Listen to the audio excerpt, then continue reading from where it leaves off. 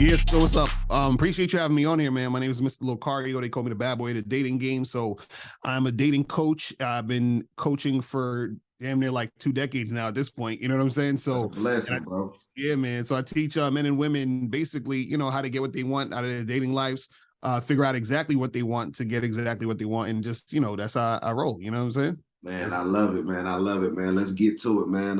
So I got a question for you to kick it off and everything. What are some tips or examples you can give the listeners on having the right mindset? Yeah, I mean, well, having the right mindset is just really first understanding yourself and understanding who you really are. Because what happens is that in order for you to really attract what you want, you need to be laser focused, excuse me, on exactly what you want. But you're not going to know exactly what you want unless you understand yourself. And so once you know that, then you have that positive mindset to be able to attract that. So a lot of times what happens is the reason why we can't attract what we want is because we don't know what we want, and we don't know what we want because we never spent time with ourselves to really figure out us. So a lot of times we're doing things based off of what other people are telling us. So we're making moves based off what our mom and dad told us, or our friends, or what social media told us, instead of spending time with ourselves and saying, okay, what do I really want? What do I really like? What am I really interested in? And then going in that direction. So that's like the main thing, is like you have to have the mindset of, okay, who am I? What am I about? And how am I going to get to this next step, or to this next place where I'm trying to go? And have it in a positive way. Because a lot of times what will happen is that it's so easy to get negative about things, because it's just like you can just nitpick at anything. But the thing is, if you're focused and you're like, okay, I know I can make this happen, and I believe in myself, this is what confidence is. You believe in yourself, you can, go out there and make things happen. That's something that you spoke on a lot about, really just having yourself together before you go out here just chasing women, man. Like really chase you, love yourself, man, have self-awareness, and understand who you are as an individual, Right, that's a fact. That's real stuff. That's real, man. Let me ask you this. Why is it important to have a mentor, and what are the benefits of having a mentor? Yeah, that's a good question. The thing is, what's important about having a mentor is that mentors can show you things that you don't know, and things you didn't even realize you didn't know. And so people think that a mentor has to be someone they know personally. A mentor could be anybody. It could be someone that's even passed away. If they have audios or videos of them teaching, or books, that's your mentor. You know what I'm saying? If they can teach you something that you would want to know. And it opens up your mind, because what happens is that there's certain information that you don't really know yet, and then when you get to that information, it could basically change your life. So this is why it's important to have mentors, is that. And the thing is, some people, it's interesting, like the smartest people, in my opinion, are the people who are always learning. You understand? Or the people who are always trying to learn. But you have people who think they're smart, but then they think they know everything. And so they don't actually open up their mind to new information. And so the problem with that is that you don't end up growing. So having that mentor is important, because that's gonna actually help you grow. Put you in a certain, different mindset and mind space, and then you'll be able to actually do things better and improve your entire life based off the information you're getting from the mentor. You see what I'm saying? That is so real, man, because I realized over the years there were certain things I didn't know outside of dating, just, just as far as stuff with finances, because I see that you have a finance channel too, which is really huge, man, because a lot of guys just think that it's just they going for the whole women thing all the way. But it's like, man, you're offering so much more value outside of what you currently got going on, to where all you got to do is really be open. Because I remember when I moved back home, I seen so many people that was just with the fixed mindset, that they were complacent. They were comfortable with what they had going on and what they was doing. And I had to tell myself, man, if I don't get out of here, I could pretty much become a product of my environment. You know what I mean? And I just had to dip, man. I had to dip, make the best situation for me, man. My sister told me to check it out. She said, come up here for 2 days, see if you like it or not. All it took for me to come up here was 2 days, bro. After that, I just bounced out, man, packed everything, paid, and just jumped out to where I needed to be at. And I mean, now, man, I can't look back. I'm just now starting up a lot of different things that I had a vision for, and I just set my mind to it, going back to having the right mindset, man, and the right focus to get what you want, That's what's up. That's what's up. Yeah. So let me ask you this too. What do you consider before working with new clients? And have you ever had to turn down any new clients? Oh yeah, yeah, definitely. Well, the thing that I consider is the willingness for them to actually learn, because the problem is you have some people who and this is what'll make me turn them down, is that they they'll expect that, like, they don't actually want to put in the work that it takes to make something happen. So there's times I've given people refunds, and I'm like, listen, you're not you're not really ready to actually do this. So the thing is that if I see a person willing to put in the work that it takes, then I'm like, okay, yeah, we could work together. But I'm like, you don't want to waste your money if you're not going to actually put in the work, because some people think that this is some sort of like magic trick or some sort of like Yeah, quick fix thing, and it's like, no, it's something that you have to work on consistently yeah, in order to, get the type of results you want. You feel what I'm saying? So yeah, when you have people that sort of think that, they're trying to, some people are trying to pay for a formula or pay for like some like quick thing that's gonna solve all their problems in 24 hours, and I'm like, no, that's not how it works. It's all self-improvement. It's all yeah. you understanding, how to get from point A to point Z. Because I'm saying, if you're coming to me and you've never approached a girl in your life, or you never had sex with a girl, you're scared to talk to women, you know, you having one consultation with me and thinking I'm going to tell you something like magical that's going to turn your life around in 24 hours, it's not going to happen. So usually what I'll do is that I try to set the expectation, or I give them a realistic Yeah. assessment of what needs to happen to Hmm. get where they want to go. You see what I'm saying? Hmm. And so it all depends on, it's different depending on different people, because some people are at different levels. Yeah. But giving them the realistic understanding of it sort of sets the frame of them understanding how much work they got to put in. You see what I mean? And so it sort of reframes their mind from thinking, oh, I thought it was going to be this. And then they realize it's this. And then it's like, okay, now we can really get to work and see what we got to do. You know what I'm saying? Dang, man, because they really sit back and they honestly be like holding y'all accountable when you telling them like, man, you should hold yourself accountable. Mhm. So they just Right. thinking like off top. They like, man, I'm gonna book this consultation with Locario. Right. Everything's gonna be wiped out. All my problems are gonna be Mhm. gone. Right. But it's just like it don't work like that. You tell Right. them like, bro, put the work in. I'm gonna Mm. give you the formula, but my thing is, if you're not going out here and applying it, man, you're doing yourself a disservice. So I commend you for doing that, man, because you got Right. a lot of dedication, man. You got a lot of work under your belt, man. And I've seen some of the people that actually had just vouched for you in regards to their testimonies, man. And that's major, bro. That's what's up. Appreciate it. Appreciate it. Nah, no doubt, no doubt. Let me ask you this. So, how did you get started on becoming a Mhm. dating coach? Yeah, I just, no, basically, I've been like, what happened was, me and Miles, we used to do like music and all that other stuff. Yeah. And I used to work in the after school program. And so what I did was, I was saying to myself one day, I was like, yeah, I want to do something that, a business that is my own thing, and something that could probably help some people. Right. So then I just started coming up with a list of things that I felt like I was good at. And Mhm. one of the things on the top of the list was talking to women. So then that idea, Dope. what I'm saying, came into, oh, let me like talk about this, teach guys how to do this. And then it just sort of, springboarded from there. So I Yeah. used to just started doing YouTube videos back in like 2008 or something like that. And And it just, yeah, just snowballed you from was there. doing that when I was just getting out of high school, man. That's Right. when we So was making music. yeah, so it's been a minute. You know what I'm saying? So that's where it Golly. started. And then it just like snowballed from there, and then we just kept going. That was it. You know what Man, I'm saying? look, man, you been putting it down, dog. Like, how does it feel sometimes when you wake up? Because I know you probably gotten used to the lifestyle now, but just the fact that your phone is chiming all the time, you get these Mhm. notifications all the time. Mhm. How do you deal with that type of pressure, or is it even stressful to you at this point anymore? Mhm.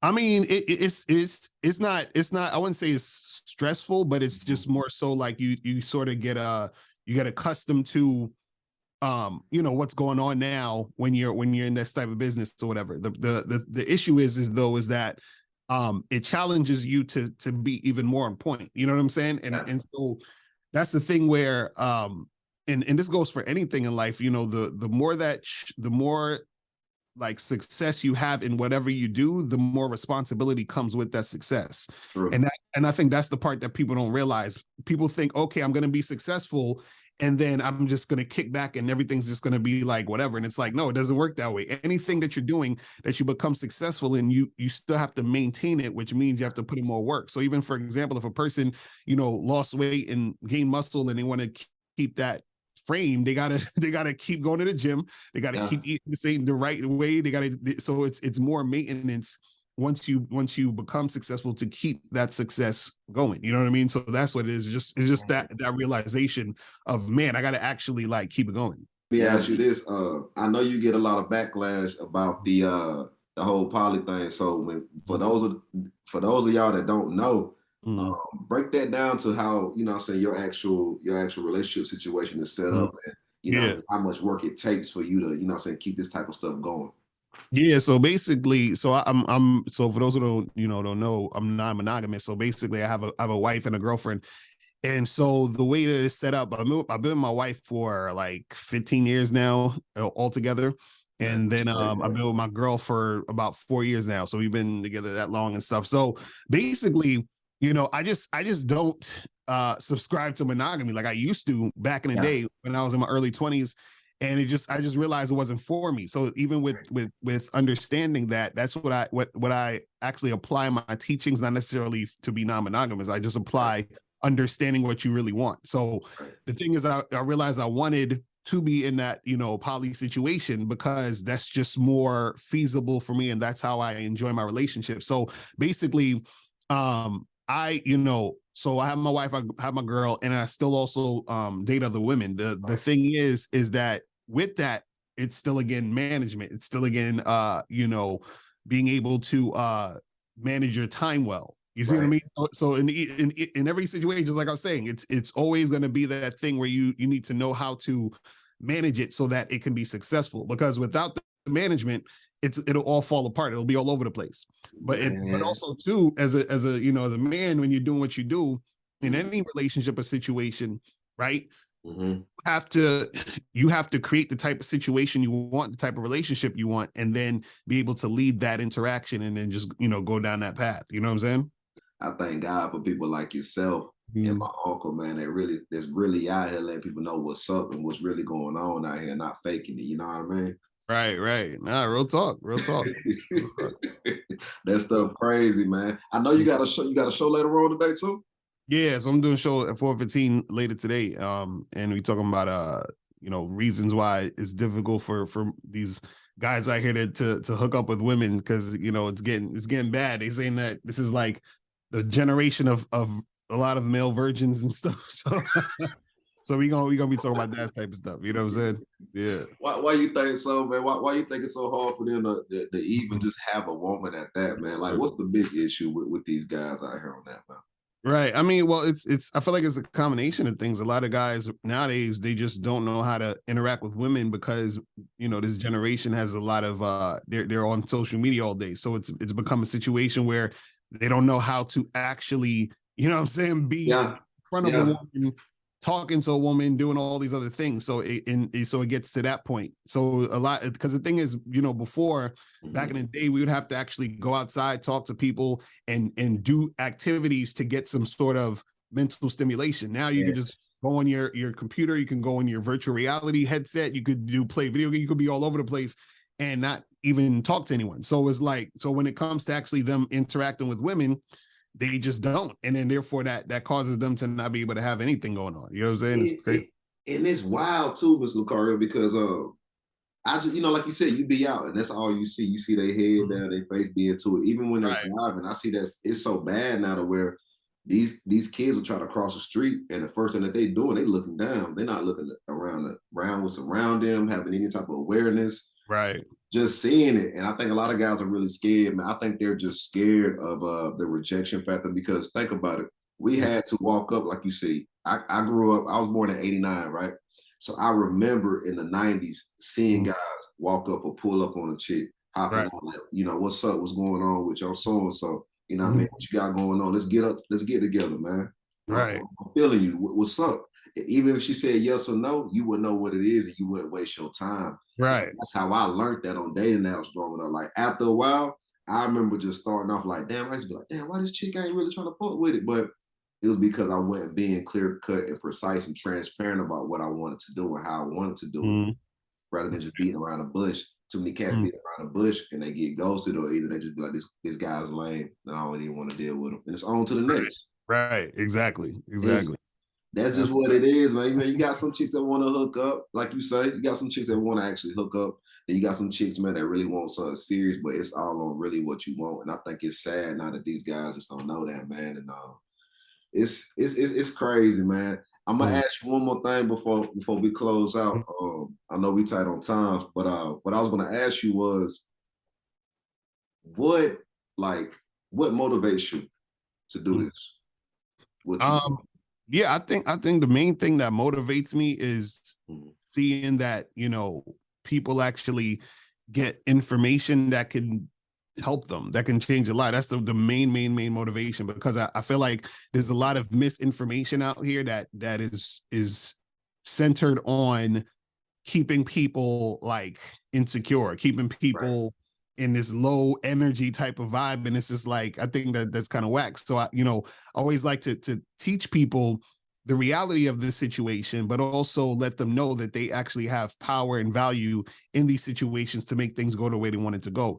The problem is that there's so much stuff on the internet now where it's, you got to look at it this way. Most people, unfortunately, are losers, right? So because most people are losers and most people don't really know what's going on or know what they're doing, what you're going to have is, because you have a social media and because you have so much, YouTube, Instagram, Facebook, whatever, most of the people on there who are saying things are people who have situations or have been through things.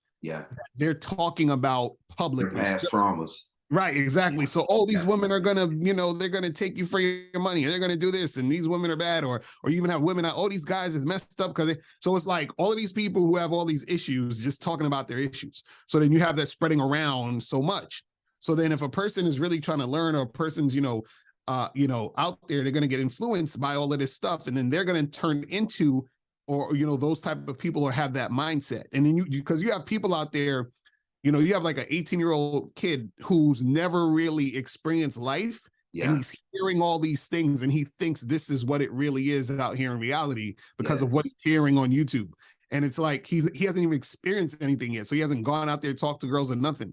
And so he's going to stop himself from experiencing things because based off of what he heard this YouTuber say that, you shouldn't deal with these women because this, and you got to, and I'm just like, you see, this is the type, and that's what motivates me to get that kid to understand himself, to get that kid to be confident, to get that kid to, tune out the nonsense so that he can actually, really, really go out there and do what he needs to do.